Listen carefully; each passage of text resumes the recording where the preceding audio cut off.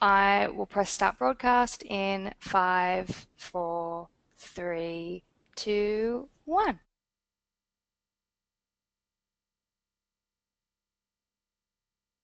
Good morning, everyone. Thank you all for joining us for today's webinar on the FIA Draft Code.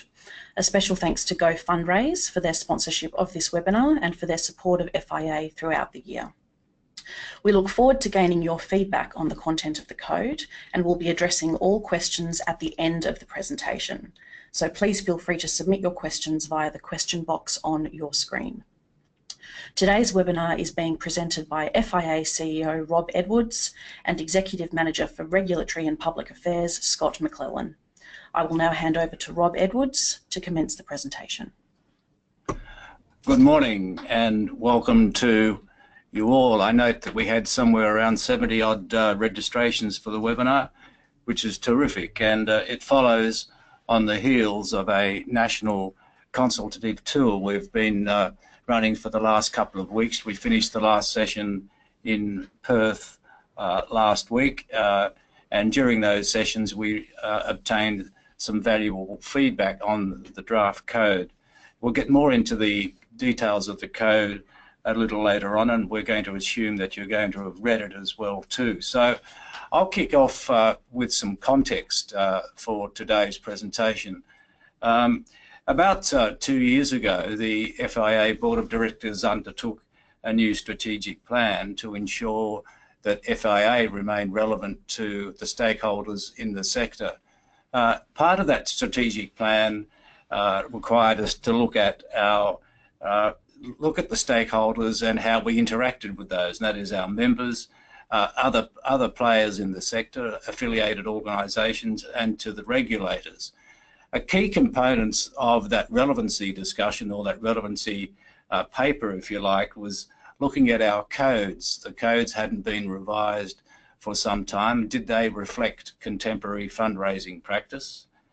We needed to ensure that fundraising and its importance was elevated to board and CEO level, and we needed to have organisational buy-in to the importance of the codes, because these were the linchpin of professional fundraising practice.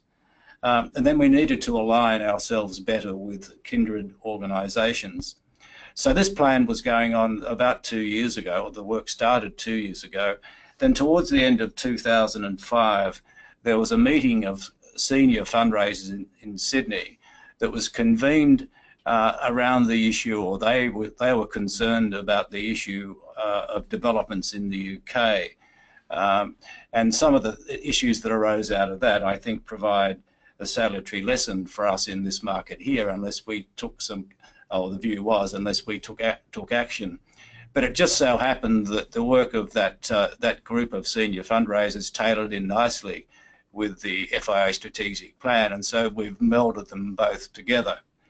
Looking at the UK issue, most of you would know of the Olive Cook case. And if those of you that have, then bear with me. But those that haven't, then I can tell you that Olive Cook was interviewed by the Daily Mail 1 month prior to her death, and was photographed with 257 mail packs she'd received from UK charities that month. The day after her death, her neighbour attributed her suicide to being hounded by charities to donate. Now, despite her family refuting this claim, it stuck in the public's mind, and the government intervened to launch an inquiry into fundraising self-regulation. The key recommendations from the initial inquiry were that the introduction of a requirement to provide an opt-out of fundraising that would bar any charities from contacting any donor on this list, even if they're an existing donor.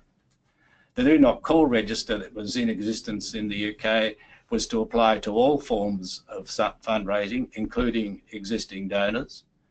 Opt-outs must be used on all materials and must be larger and clearer. There was the recommendation to introduce a maximum number of times a charity could call a donor each year, and data sharing or data pooling must be clearly announced to donors in large font in a visible area in the solicitation, and donors must opt in to data sharing. Now, these were significant issues for the sector, and especially the issue around express permission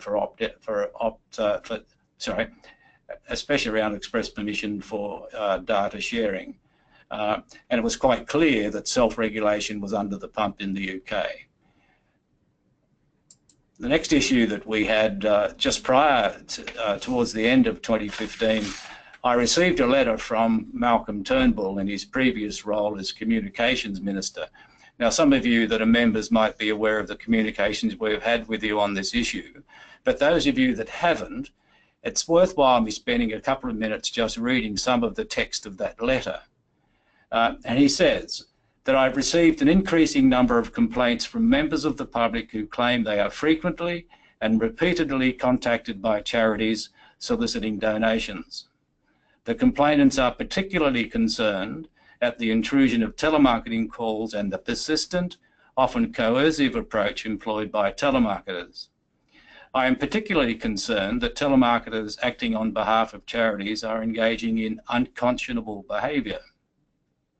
Many vulnerable Australians depend on their landlines and mobile phones to stay in touch with their family, health service providers and friends, and are increasingly distressed by the regular, often pressured telemarketing calls from exempt organisations or call centres engaged by them to make the calls. A number of complaints related to pressure selling to vulnerable people, particularly people with dementia, intellectual disability, or mental health issues who are not in a position to make an informed decision about whether or not to give a donation. I've also received complaints that some call centres operating under contract to charities are prepared to provide regular donors' details to list brokers who on-sell that contact information. Such actions may potentially contravene the Australian privacy principles and also reflect questionable and ethical behaviour. Charities benefit from their current exemption under the Act because they are perceived to be working in the public interest. However, I am concerned that the methods employed by some charities or their agents are distressing call recipients and have the potential to undermine the trust that charities enjoy with the Australian public. I believe that charities and their call centres need to exercise appropriate care when seeking donations. With the ageing of the Australian population and the emphasis on allowing people with disabilities to live independently, it's very important that these issues are addressed. And this is a very serious matter for the sector, and as a result of that, FIA convened a meeting with the regulators involved in this area, that is the communications, the Department of Communications, the regulator, the Australian Communications and Media Authority, the Privacy Commissioner and the ACNC, and a group of key members to find a way that we might address this particular issue as well. Then more recently, we've had, some of you may have also seen in the media, Choice magazine ran a very active campaign around, or their view was that the exemption that charities enjoyed for having complied with the Do Not Call register should be removed. And they ran it across all media. And at last count, they had a petition of 50-odd thousand people that had signed saying that the charity exemption should go, and had presented that to government. Now, at the moment, the government is sitting on their hands on this and is not taking any action.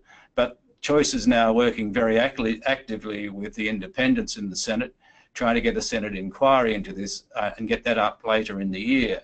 Now, this would have, if the charity exemption was taken away, it would have a significant deleterious effect on a lot of charities and their ability to be able to, if you like, use the telephone for donor acquisition. In the FIA membership, there are many who believe that some charities believe that they use the Do Not Call register anyway to solicit out to eliminate some donors. But there are many that don't, and many that do rely on access to all numbers as well. So this is a very big issue for us, and it's a very big issue for the sector. So we've had three issues so far. We've had Oliver Cook, Malcolm Turnbull, and Choice magazine. Also in the media of late, you would have seen a very active campaign run by the National Union of Workers. It's really looking at the issue of face-to-face street fundraising and the use of contractors by some of those face-to-face agencies instead of using them as employees. And the media that's running around this particular issue is focusing on the charities themselves. All of this leads to that whole issue around eroding trust and trust in charities as well. So this is a big issue, another issue that we're dealing with at the moment. On top of that, there's been a push for a simplification, in many ways you might say, of the fundraising laws in this country.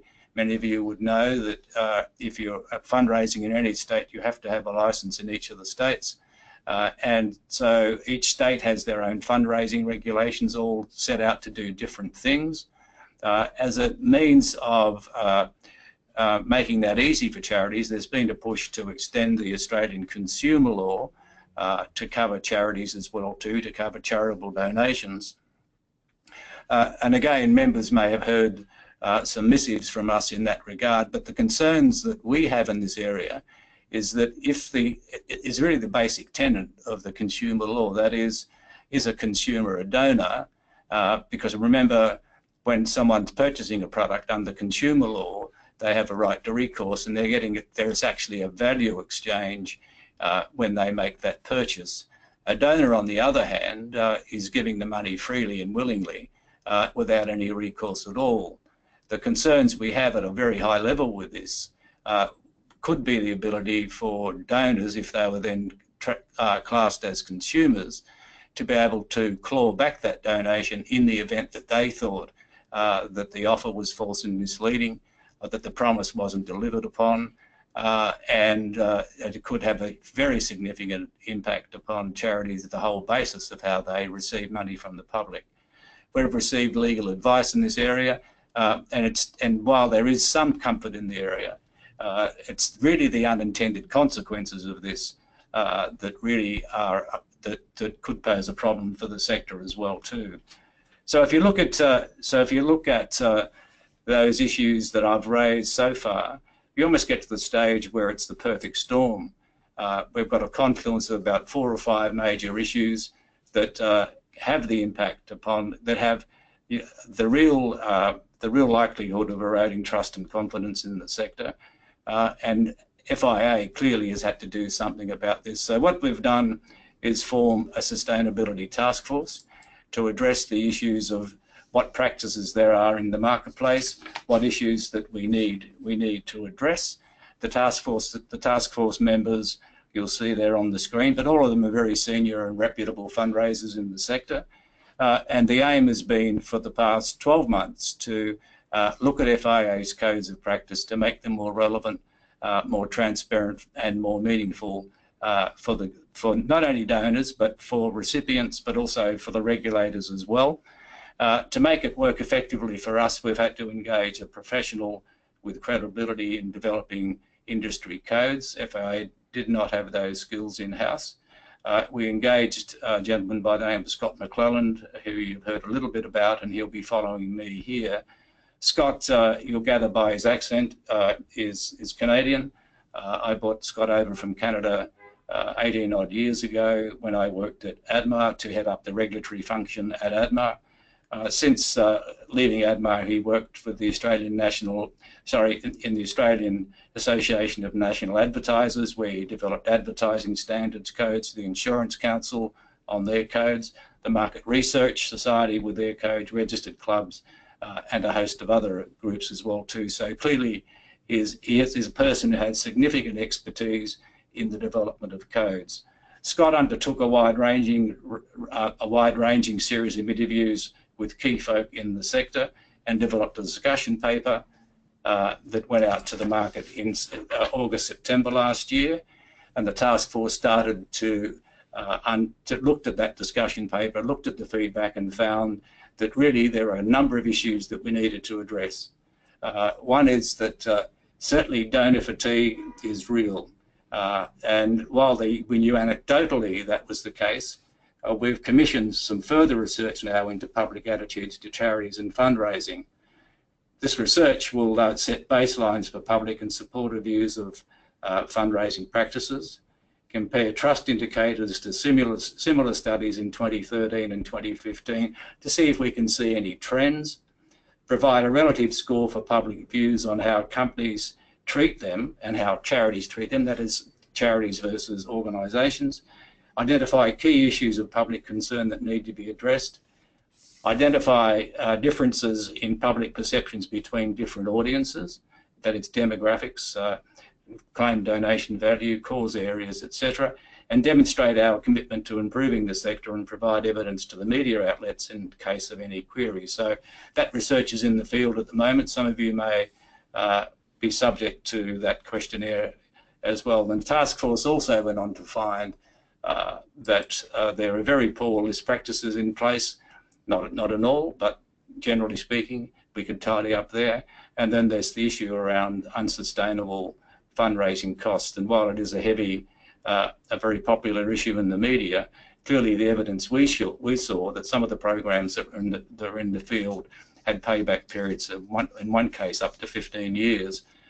So clearly the issue of unsustainable fundraising costs was something that needed to be looked at as well too. Over the past 12 months, the task force then has come up with a series of recommendations. The recommendations focus upon better list management, to really look at how we can put in place protection for those in vulnerable circumstances. We needed to engage better with CEOs and have the organisations accountable for their fundraising practices.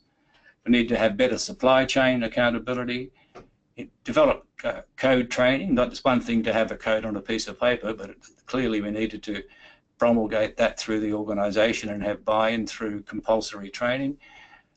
Compliance monitoring with the code as well too. And also there was a strong view that we should have a short form version of the code. The current code runs to 120 pages and the view was that we should have a short form version of the code supported by practice notes, if you like, that would describe standards. The code itself now has a focus on conduct. It has a focus on conduct towards donors, towards beneficiaries and suppliers, all key people in the process. And to take us through the code, I'll hand over to Scott now. Thank you. Thanks, Rob, and good morning, everyone. Thanks for joining the webinar. As Rob mentioned, it's been about exactly a year since we began this process. It was a process of inquiry, consultation, decision-making both at the task force level and at the board level, and now we're reaching the stage where we need to deliver a new code for the sector, a new code for FIA members, and that's where we're at now. We now have a draft code for your consideration. I want to emphasize that it's a draft code. It is a draft that the board has approved for release. They did that in February. We've had, as Rob has described, a fairly thoroughgoing round of sessions around the country in the major capitals of the states, had feedback in that phase of the process from well over 200 participants. There have been many more participants at earlier stages of this review, people I've talked to face-to-face, people I've heard from in response to the discussion paper that I released, and of course lots of feedback through the networks of members of the task force. And I'm very grateful for the support I've had and the interest I've had across the membership over the last 12 months. So as I say, we have a draft now, and we'll be accepting feedback on this draft through to about the middle of May. At that point, the task force will meet again and consider final changes to the draft based on your comments and the comments we've received from other forums over the last month or so. We'll be putting a final draft before the board in June for sign-off, and that draft will become, we hope, on or about July 1, the version of the code that is released to the members for their action. And by that we mean members will be expected to follow the code from July 1st.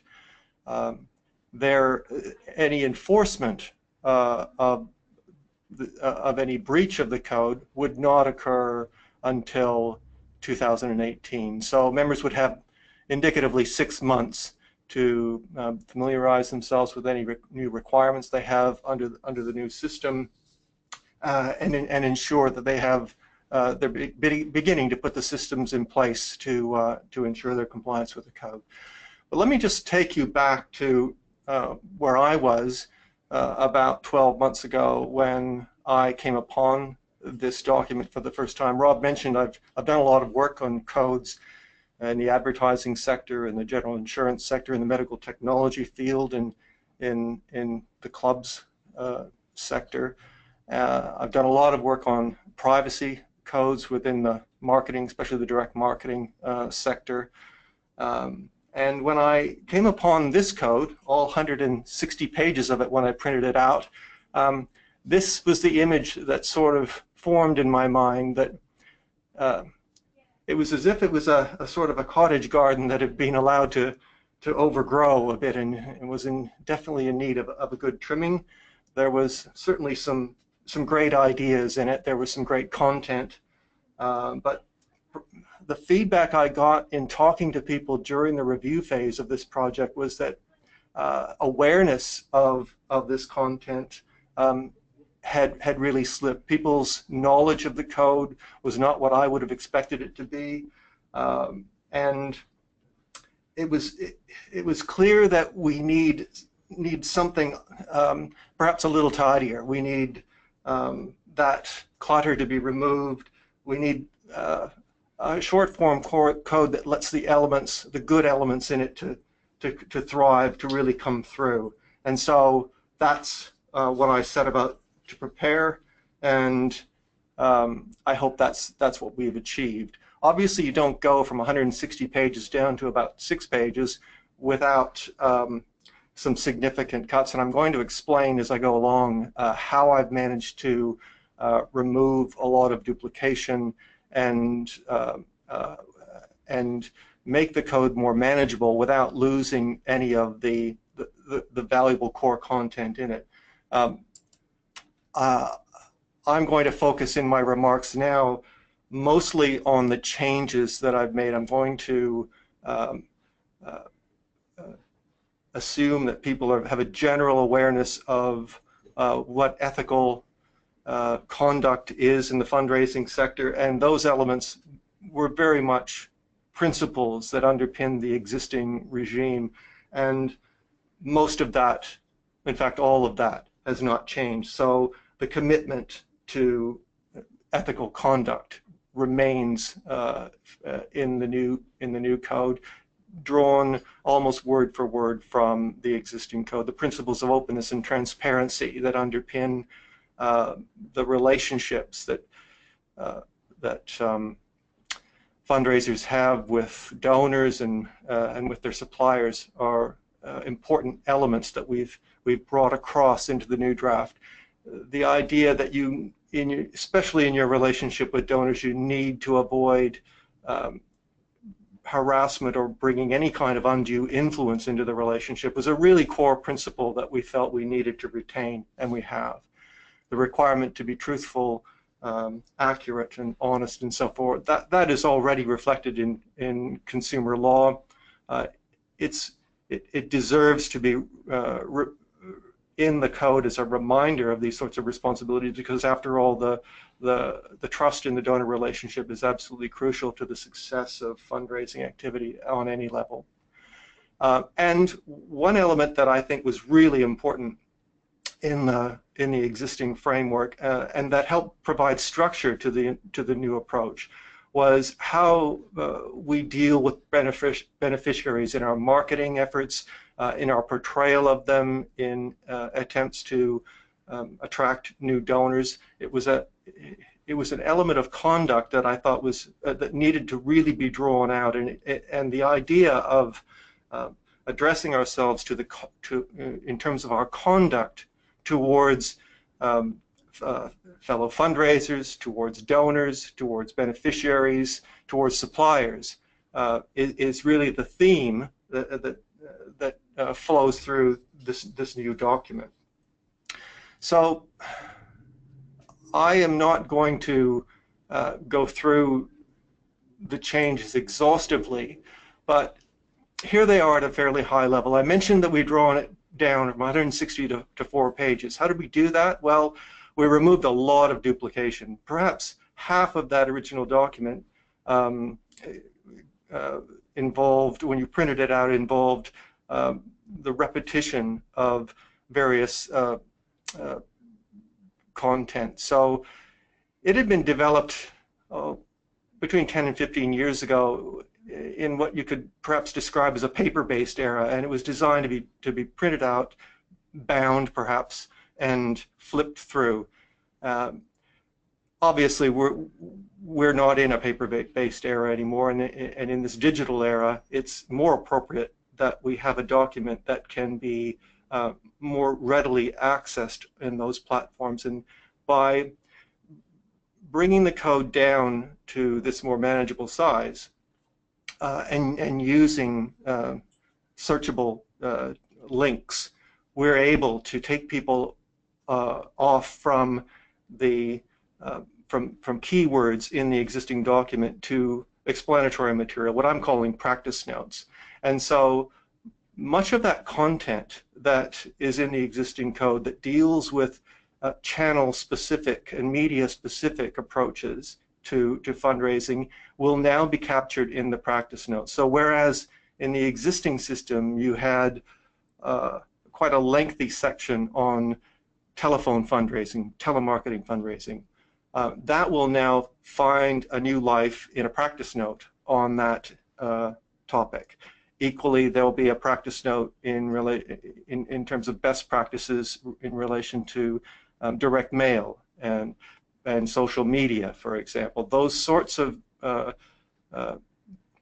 approaches, channel-specific approaches to fundraising, will be carried through into practice notes. So the code itself becomes channel and media agnostic.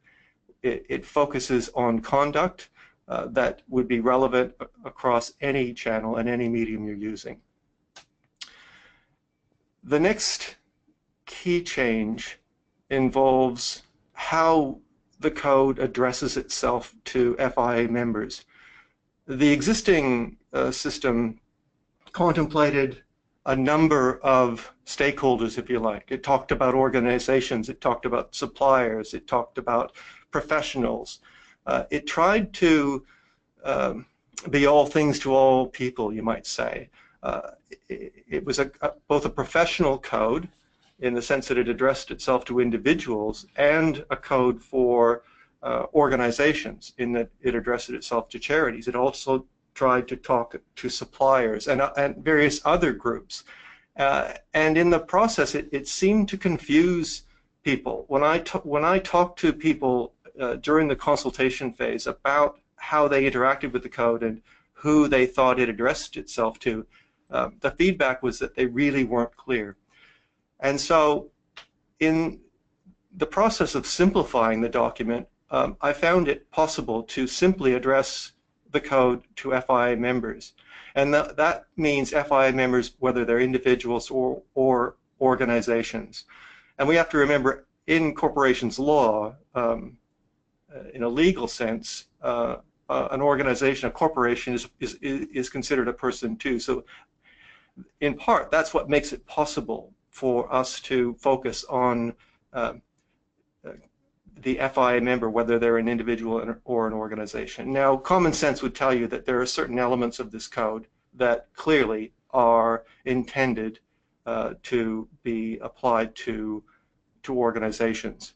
And we quite deliberately have put our focus on organizations. And part of the reason for that I'll come to in a moment, and it has to do with accountability. I'll talk now about the compliance elements of the code. Now, previously we had an ethics committee and a complaints-driven compliance process. Awareness of this code, as I said earlier, was not that great even within the membership of FIA. You could almost assume then awareness at the consumer level was almost zero. So whereas we had a complaints-driven compliance process, there was no, people didn't know. You had to go to this code and go to this ethics committee to make a complaint if you felt that a charity had breached the code. So as a result, we didn't really have a very good window on whether our members were adhering in fact to this code or not. The approach that the task force has adopted in the review is one that's actually been pioneered by PFRA, the face-to-face fundraising organization. And that would involve actually monitoring, actively monitoring compliance with the code through mystery shopping. Now, most of you, I think, would know what mystery shopping is.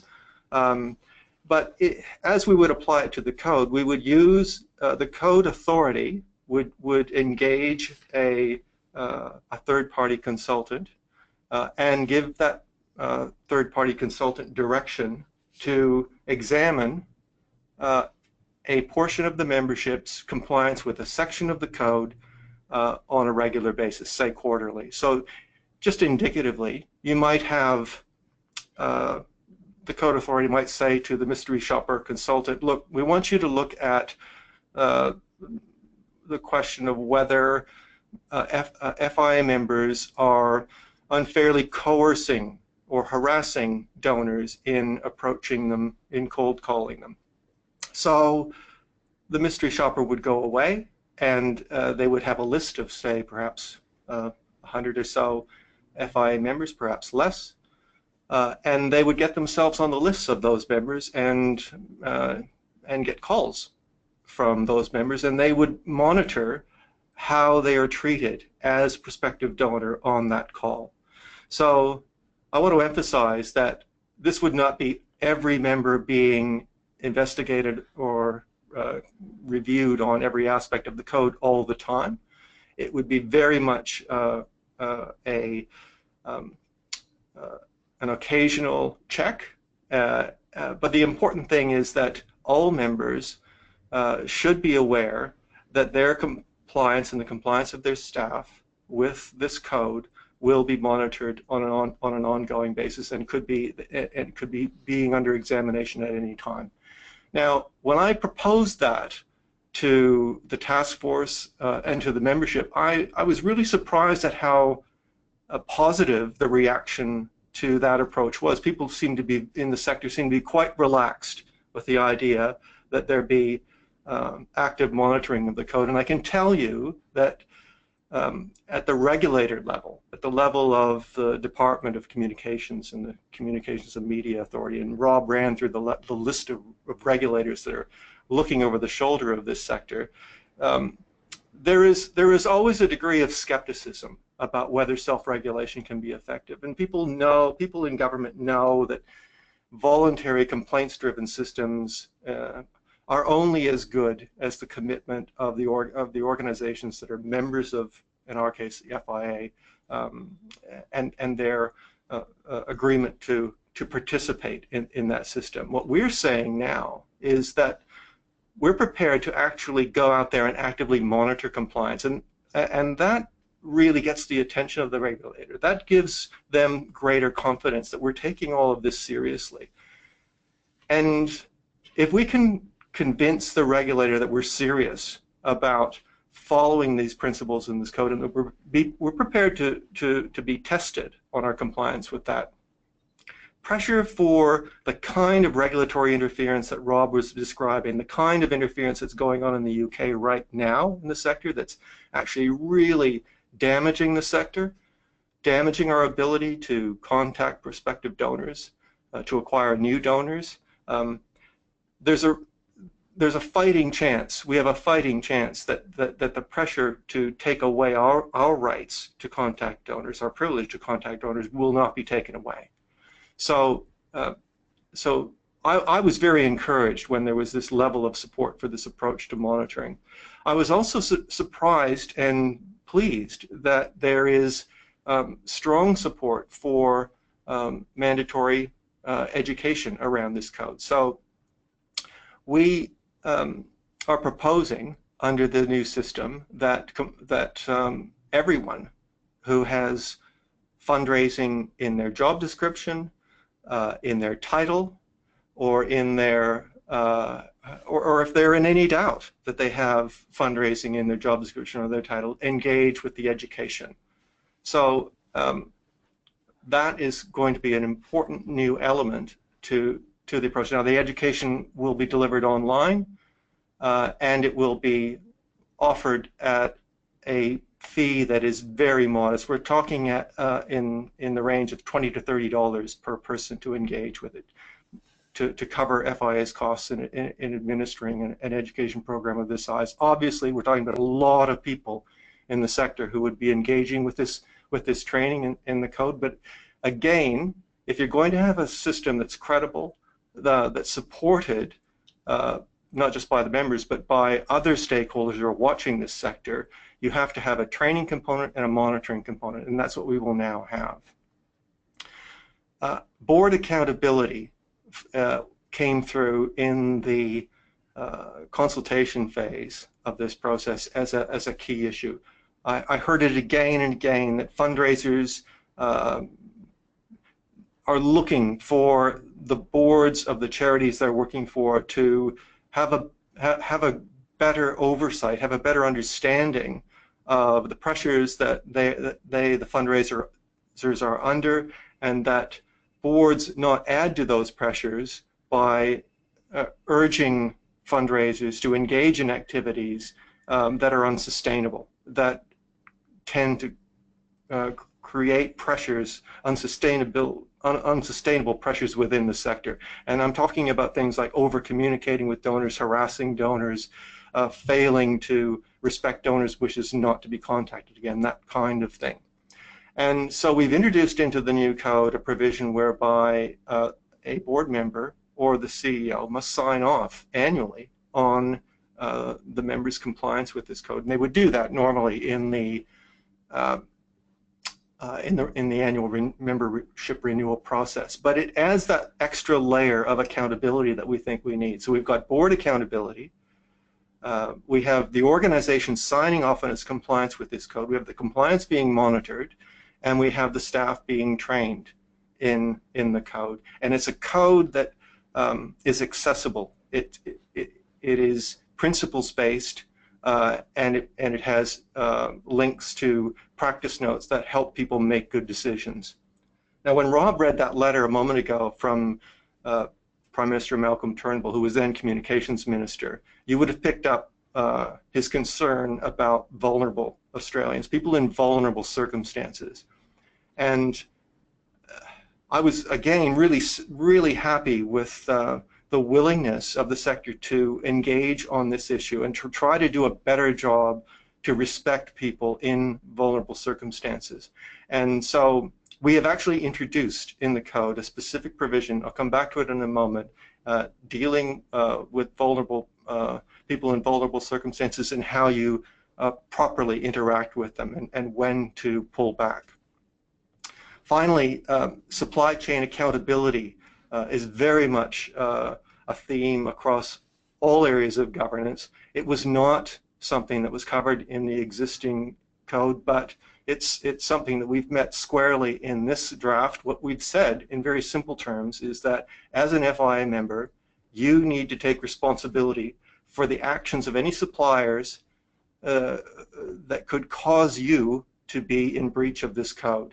So not only will you need to be aware of the code, and your staff will need to be aware of it and engage with the training, but also any of your suppliers who are crucial to your fundraising activities will be expected to engage with it as well. And I want to emphasize that we will make that training widely available, and we will not allow the cost of participating in the training to become a barrier in any way to that happening. All right, I've given you a very high-level picture of some of the main changes. I just want to run through them again very quickly now, and we'll get to hopefully get to the question and answer section of this as soon as possible, so that you don't have to hear me droning on too much longer. But I mentioned that accountability principle. We will now require a board member or CEO to sign off on the member's adherence to the code. As I said, that would typically happen during the renewal process, but what's great about this is that it's going to force boards and CEOs of charities to take notice of fundraising in a way that they've never maybe done in the past. Rob spoke to a group of CEOs about a month ago, and it was really gratifying to find out how they engaged with that. Rob, do you want to just comment on that? Yeah, yes, I did speak to a group of charity CEOs week before last on this issue and went through the whole business about CEO and board buy-in, but also the training and monitoring issue, and they were very supportive of it. The other comment I was going to make in respect to the UK was that as a result of the brouhaha around fundraising, the House of Commons initiated an inquiry, and again, some of you may have seen that there was a inquiry that was actually broadcast, and 5 or 6 of the charity CEOs were lined up in front of this committee, and they were getting a grilling, a right done over, to be honest with you. But what was quite clear was that the charity CEOs had no idea of the fundraising activities of those organisations. It was just something that was done at arm's length, and to me that was a great lesson, and has reinforced the need at our end to make sure that charity boards and CEOs are aware, very much aware, and across the activities of fundraising from a risk management point of view, but also from a good management point of view, from a governance point of view. So this won't be easy to achieve, but we believe, certainly the FIA board and the task force believes, that it's absolutely essential if this new approach to self-regulation is going to be effective on into the future. I mentioned the training principle that's in this code. We've introduced a requirement for fundraising staff, anyone with fundraising in their job description, in their title, in their activity, to engage with the training. Now, in the draft, originally we talked about that happening within 6 months of their appointment. We've had some feedback during the consultation that putting an arbitrary time like 6 months may not be workable. In the face-to-face sector, where there's high levels of turnover, the training might need to be delivered even sooner than 6 months. But in other cases, people who are moving from job to job will want to be able to take the record of their training with them, and we have to have systems here at FIA to manage that as well. So we will be running a beta phase of this training program during the rollout from July to December of this year, and we will be reaching out to members, to groups of members during that process, and encouraging them to engage with the training. If you have any concerns about the requirement to engage with the training, please don't hesitate to contact me. I would have to say that most of the feedback I've had about it so far has been very positive. When people become familiar with the code and become familiar with the sorts of requirements it talks about, the training is almost intuitive, and having the confidence that comes with having done the training, I think, is very important to people. I mentioned a moment ago the new monitoring requirement. Members will must agree to have their adherence to the code monitored. I want to emphasize that that monitoring will be done on a sampling basis. We'll do a sample of the membership at any point in time, the code authority will give direction to the consultant to do mystery shopping on some aspect of the code. They might do that by getting themselves on mailing lists. They might do that by reaching out to members through the telephone, posing as a prospective donor and monitoring how they're being treated by the charity. But in any event, they'll be preparing roughly quarterly reports to the code authority. If they see evidence of a breach of the code, their first action will be to alert the Secretariat at FIA to that, and to give FIA an opportunity to contact the member, make them aware of the potential breach that's turning up as a result of the monitoring, and give them a chance to correct that behavior. The intention of this process is not to ping members. It's not to say, oh, I gotcha because you breached the code. The intention is to lift standards in the sector, to improve compliance and adherence to the principles in this code. We don't want to see members breach this code. We want to see members comply with that. Well, we do that by giving them feedback on the monitoring that we're doing, whether that feedback's positive or negative. And it will be positive where the monitoring has occurred and the member's been found to be doing the right thing. We'll be giving you that sort of feedback as well. But where we do find breach, we'll be, in the first instance, privately contacting the member and alerting them to the matter. In some cases, in many cases, I'm sure members would be totally unaware that their staff are doing the wrong thing. And the obvious reaction would be to require that staff to engage with the training. But if we do find evidence of systemic or belligerent non-compliance with the code authority will have powers, as the Ethics Committee currently does, to apply sanctions. There won't be monetary sanctions, but they would be sanctions requiring perhaps corrective advertising, perhaps an apology to someone who'd been who'd experienced some loss as a result of the activity. The ultimate sanction, obviously, is a recommendation to the board that the member be expelled. In those circumstances, obviously, that's an important decision for the board to make, and would be made only in circumstances where there was willful non-compliance with the code. We've never had such circumstances, to my knowledge, in the sector, and we wouldn't expect that to have to happen.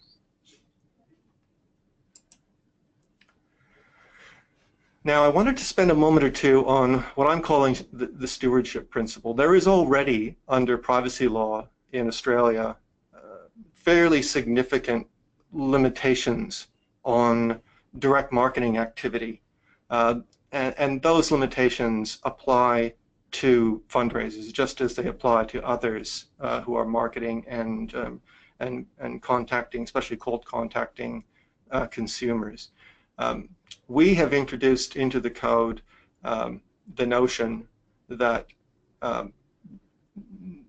not just in compliance with privacy law, where you have to provide prospective donors with an opportunity to opt out in regular communications, but that we go one step further, that we assist donors to stop receiving solicitations. I had consistent feedback during the consultation phase of the review that I did through the task force over the past year, that the fundamental issue out there that is causing pressure for governments to further regulate the sector, that's leading to the communications minister, now the Prime Minister, writing the sector saying, please do something about over-communicating, please do something about over-communicating, especially with vulnerable people. We need to do something to assist people to stop receiving multiple solicitations. Now, this is occurring largely, as I understand it, because of people finding themselves in list swaps and data pools. And what we're proposing to do is introduce and I apologize for the quality of this next slide, but it's my attempt to describe how the sector proposes to respond. So we've been thinking about this to the task force for several months. We've been talking about how we might come up with an approach to better stewardship of donor preference not to be contacted without having to go the distance of agreeing to have the do not call register extended to the sector, which is the threat that's hanging over us. So if you can make any sense of my scratchings here, what I'm proposing here is really a three-layered process that actually leverages the very good work that suppliers and many charities themselves are already doing in managing preference. So think of these little rectangles I've drawn as the do not call lists, the internal do not call suppression files of various charities. So I've got Red Cross there at the top and Oxfam, and I've got UNICEF, and I've got the Smith family. I've just drawn these up at random, and that, at the bottom you probably can't read my writing there, but I've got the word supplier. So obviously suppliers, sorry, the first layer, if you like, of respecting preference, of do not call, is the charity's own internal suppression file. So those are what you see, those blocks that are overlaid are the internal suppression files of those various players. The suppliers obviously maintain suppression files on behalf of several of their charity clients. And so what we would have in layers 1 and 2 is an overlay of the supplier and the individual member charity do not contact files. So you'll see they overlap in one spot in the middle. And the idea for the layer number 3, the FIA suppression file that does not exist but that we're proposing to create, would be that if, let's say, we said someone who had opted out of Red Cross, UNICEF, Smith family, and Oxfam, if we overlay those opt-outs, we can make an assumption that that person doesn't want to hear from charities generally, and they could go into an FIA suppression file that would then be shared around the sector. So the person would not have had to engage directly with FIA to get themselves off lists. We would have used the algorithm that we've created to opt them out automatically. Now, it's not it's not a perfect solution, and we need to consult further on exactly what the number would be. Is it 3 opt-outs? Is it 5 opt-outs? Is it 7? Before you get taken, before the assumption is made that you don't want to be contacted. But the idea here is that we can identify people who are adamantly opposed, or people who someone from their family has flagged them as vulnerable and has told several charities, please do not contact this person because they're in vulnerable circumstances. I can't emphasize enough how important it is that we do something to address these issues. If we do not do something, then others will act instead. And by others, I mean it's likely to be government. We think that number, when we overlay, as I have in this very bad slide, I'll apologize for it again, is somewhere between 60 and 100,000 people who are what we would call adamantly opposed to receiving all fundraising solicitations, or who are in vulnerable circumstances.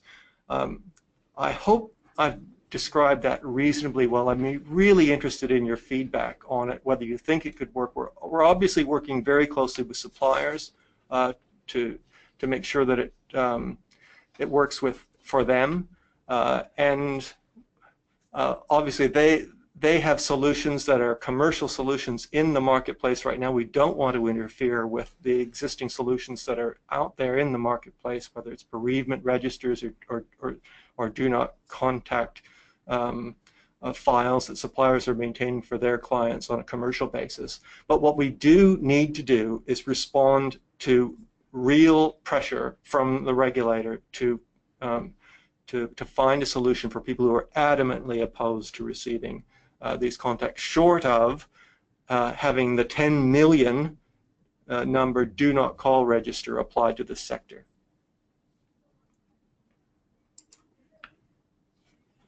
I won't say too much more about the vulnerable principle except to emphasize that we're going to be counting on people using their good judgment. We've developed a practice note which I'll be circulating shortly for comment, and that practice note, it's consistent with advice that's now coming out of the ACNC on dealing with vulnerable people. We actually work very closely with the ACNC on the development of those guidelines.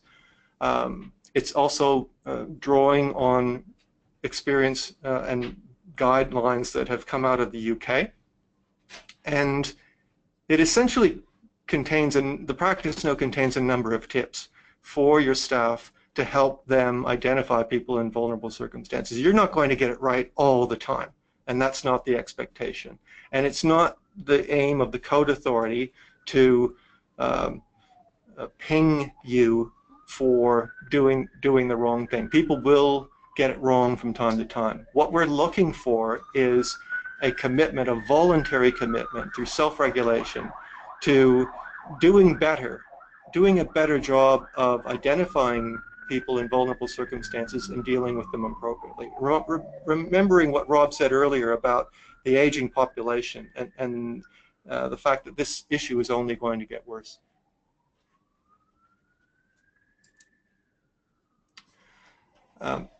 Again, the supply chain principle that we've introduced is a new requirement in the code. It's a requirement that's intended to address the need to be more accountable.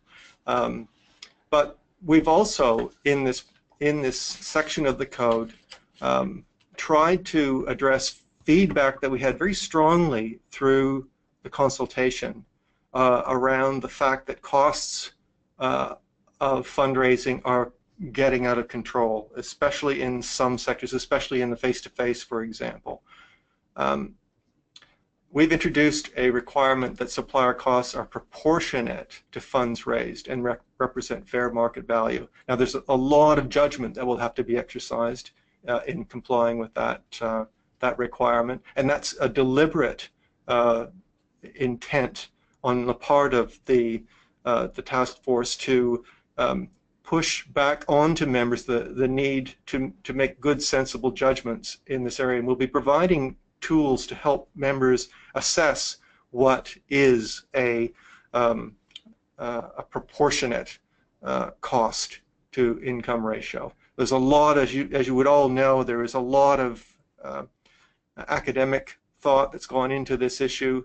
There was a lot of time spent within the task force discussing it as well. We did not put any specific number, any benchmark into the code, but we will be expecting people to use good judgment, and where we see evidence of members engaging in very unsustainable practices, we will be using the good offices of the code and code administration to remind them of their responsibilities in this area. Well, that brings my comments to a close. That's my email address at FIA. I really look forward to hearing from you on this draft code. I want to emphasize again, it's a draft code.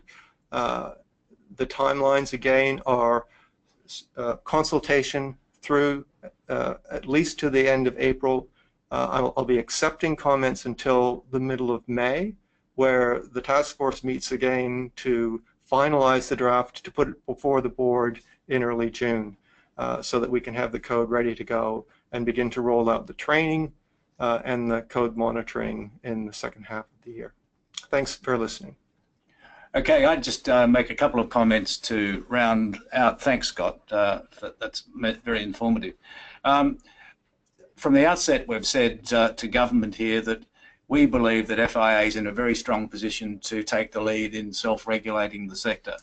Now, some of the criticisms of self-regulation would focus on the issue of coverage. FIA has 1,500 members, but there are 50,000 registered charities with the ACNC, and that's not taking into account a lot of not-for-profits who fundraise that aren't charities as well too. But the simple fact is that the top 10% of charities account for over 85% of the fundraising activity in the country, and that top 10% of the charities by and large are our members. So we'll be able to say that, you know, hand on heart, that we have the greatest coverage by volume of the market. And as it is with any self-regulatory regime, provided you can cover the majority, you'll find in time that the other people will actually fall in line. The key elements for the code are around, which I think are fundamental to any self-regulatory regime. It's about accountability and transparency. And as Scott has said a number of times, and I've said as well, the fact is that the folk we've been talking to about the code and the measures we've put in place to ensure transparency and accountability have been widely received and welcome. It's up to us now to make sure that we can go forward and show that that the sector is willing to take some tough decisions in this area. And you may call it enlightened self-interest, but I can assure you, unless we step up to do something, then, as I said in that perfect storm scenario, then the issue may be very well taken out of our hands. So it's really over to you folk now if you have any questions. It's the nature of the beast that it's a bit hard to have a conversation with you, but if there are any questions, then please take the time now to submit them. I have one here from Mark Stewart. Good morning, Mark. He's asking, he's asking if we're saying that we don't have to provide opt-outs, but we do obviously have to facilitate it if asked. Sorry, are you saying that we don't have to provide existing donors with opt-outs, but we have to facilitate if asked? No, the question, you certainly do have to provide your existing donors with the right to opt out if they request that. But the issue then is we're saying about facilitating it to other organisations as well too, making their decisions to opt out flow through, if you like, that chart, if you like, that's got that schematic diagram that's got it put together. So they are two separate issues, Mark. We have no other questions at this stage.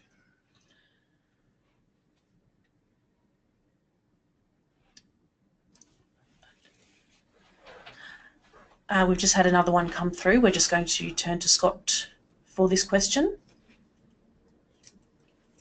So the question is, how does FIA propose that we can share data on vulnerability or request opt-out without contravening privacy issues? It's a good question.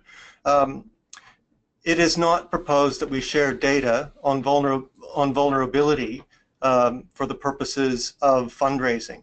The intention is to identify people who are in vulnerable circumstances and not contact them. Now, we will need to, obviously, if we are compiling a list of people who do not want to be contacted, who are adamantly opposed to being contacted, or who are in vulnerable circumstances, those may very well be people who have given us an indication that they are, their health is in question, and that brings us into a whole sensitive category under national privacy legislation. So we need to obviously be very careful in handling any such information, and we'll be ensuring that any do not contact file that we create and manage on behalf of the sector complies with the Australian privacy principles.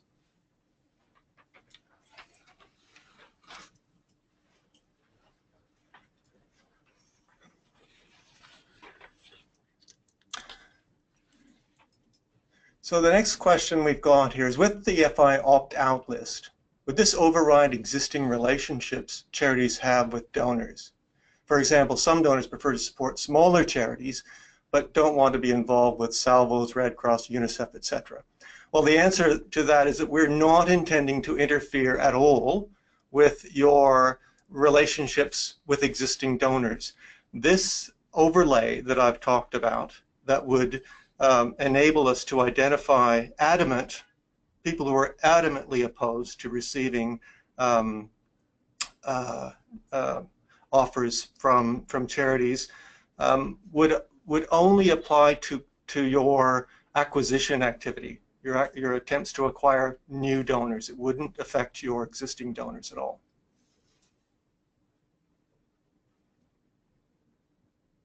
Okay, we have.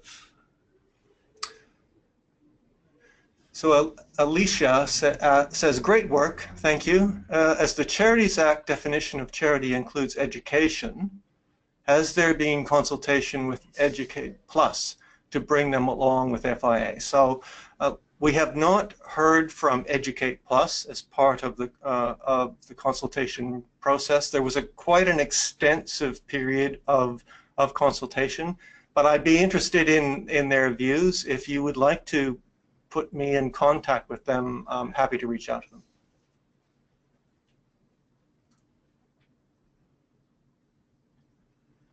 Okay, there's one further question, just I guess a response from a previous question. How does FIA propose to gather the opt-outs? How do we identify those who are adamant if we don't already engage in data pooling? Well, I guess if you don't engage with data pooling, the reality is that the FIA opt-out file would still give you those people that had expressed that need not to receive further mailing. You don't need to be engaged in data pooling to take advantage of that list.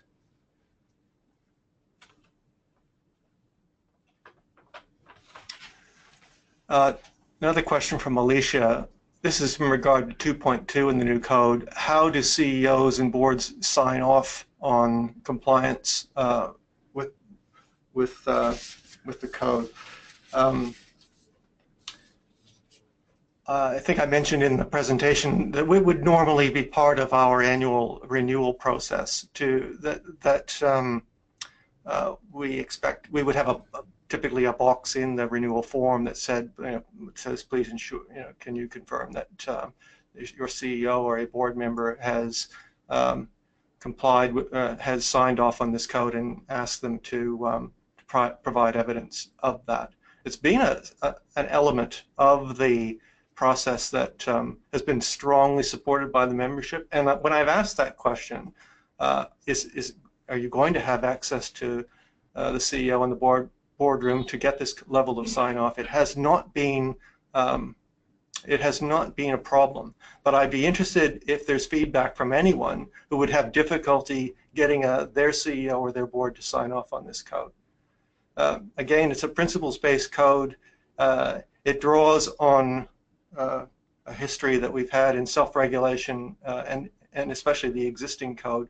And in terms of stretch, the feedback we've had is that we're not asking members to do anything that's unreasonable.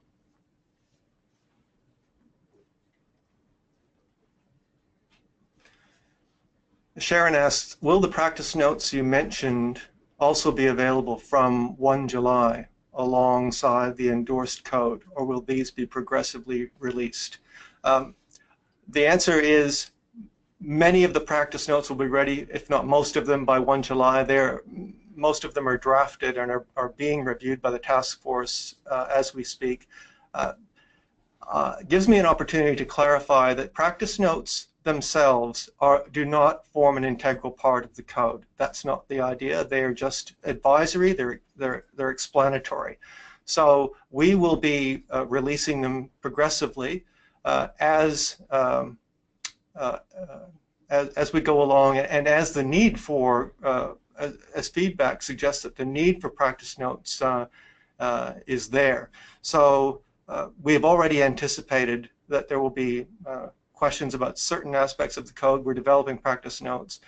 Many of the practice notes draw heavily upon existing channel-specific material that's in the existing codes and standards of practice. For example, the telemarketing and direct mail standards of practice that I mentioned earlier. So much of the content in the practice notes will be familiar to people as well.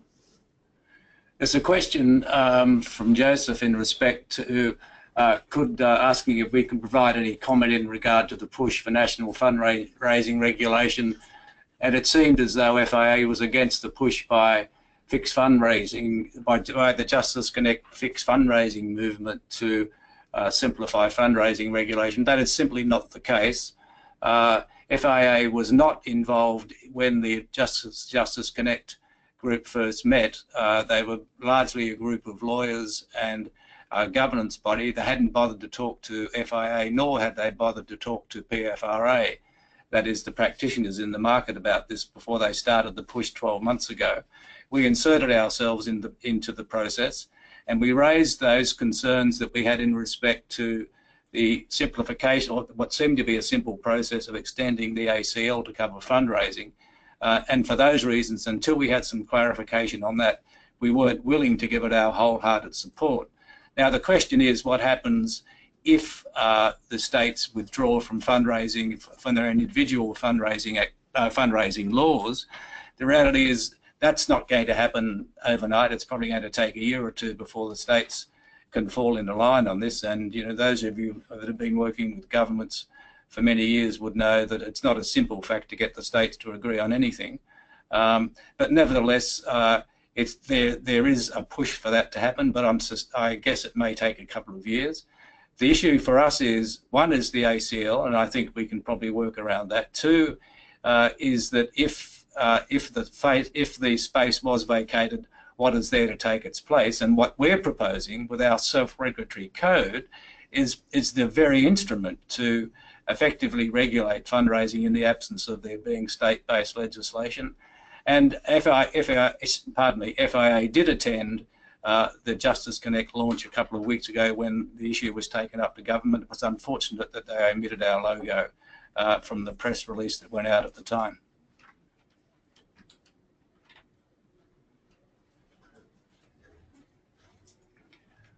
I can see no further questions. Anything else? Okay. Okay. Thank you, Rob and Scott, and thank you to all participants for your attendance today and for useful and constructive feedback. A recording of today's webinar will be available shortly on the FIA website. And finally, we'd like to thank you again to GoFundraise for their support. Thanks, everyone.